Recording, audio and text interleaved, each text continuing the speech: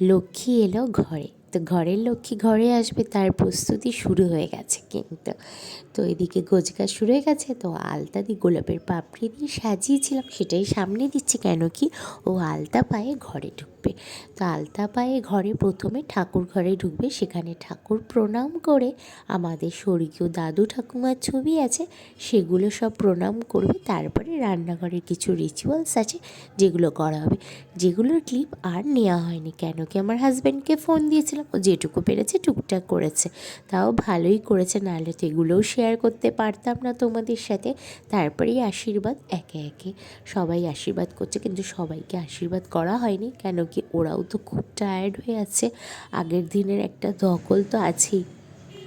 আর বিয়ের দিন মানে কতটা, সারাটা দিনই কোনো রেস্ট তো হয়ই না, তারপরে আবার বিয়ের পরেও বাসর জাগা, সারা রাতি জাগা, তারপরে যেহেতু আমাদের সকালবেলাতেই আসতে হয়, মানে 12টার আগে, বারবেলা পড়ার আগেই আমাদের শ্বশুরবাড়ি চলে আসতে হয়, আমাদের বিকেলে আসার নিয়ম নেই, সেই জন্য তো আর বুঝতেই পারছো আগের দিন রাত জাগা, তারপরে সকালে উঠেই আসা।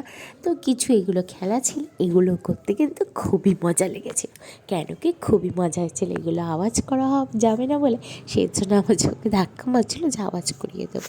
তো এইভাবেই টুকটাক খেলাগুলো হচ্ছিল, আর এখানে আমাকে ভয়েসই দিতে হচ্ছে, কেন কি ঘরের মধ্যে এত লোক ছিল, তো বুঝতেই পারছো কতটা আওয়াজ, আর বাইরে যেহেতু গান চলছিল কপিরাইটের ভয়ে ভয়েসই দিতে হলো, সেই জন্যই এত ভিডিও আছে যে আপলোড করতে দেরি হয়ে যাচ্ছে, কারণ এডিট করব, ভয়েস দেবো, তারপরে না তোমাদের কাছে দেবো, সেই জন্যে একটু লেট হচ্ছে।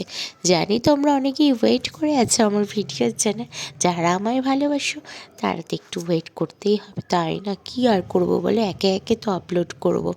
তো এদিকে আমার চাল ছড়ানো, এদিকে আমার যা তো সারা কুলোতে ছড়িয়ে দিয়েছে, আর এদিকে হাত ধরে গেছে, কেন কি আমার দেওর 2 হাত দিয়ে চালটা তুলছে, আর ওর এত বড়ই হাত যে একবারেই সব চাল উঠে গেছে, আর ঘটে সাজিয়েও দিচ্ছে, তাই জন্য ও হাত থেকে ধরে রেখেছে।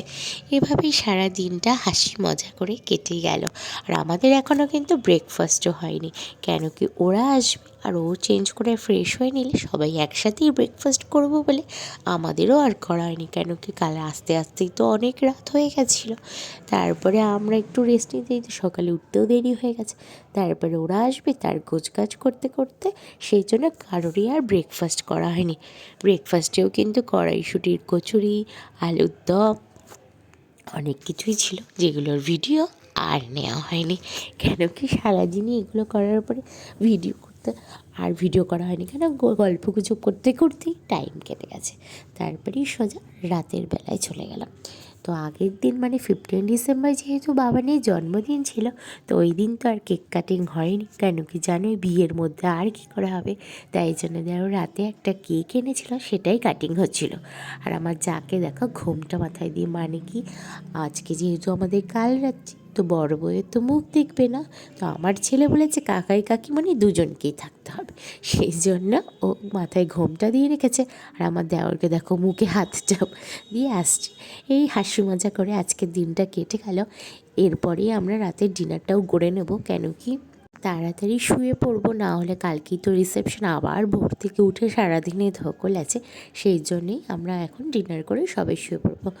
তো সারাদিন খুব হাসি মজা করে কাটলো, আর তোমাদের আমার ভিডিওটা কেমন লাগছে জানিও কিন্তু, যদি আমার ভিডিওটা ভালো লাগে লাইক কমেন্ট শেয়ার করো। টাটা।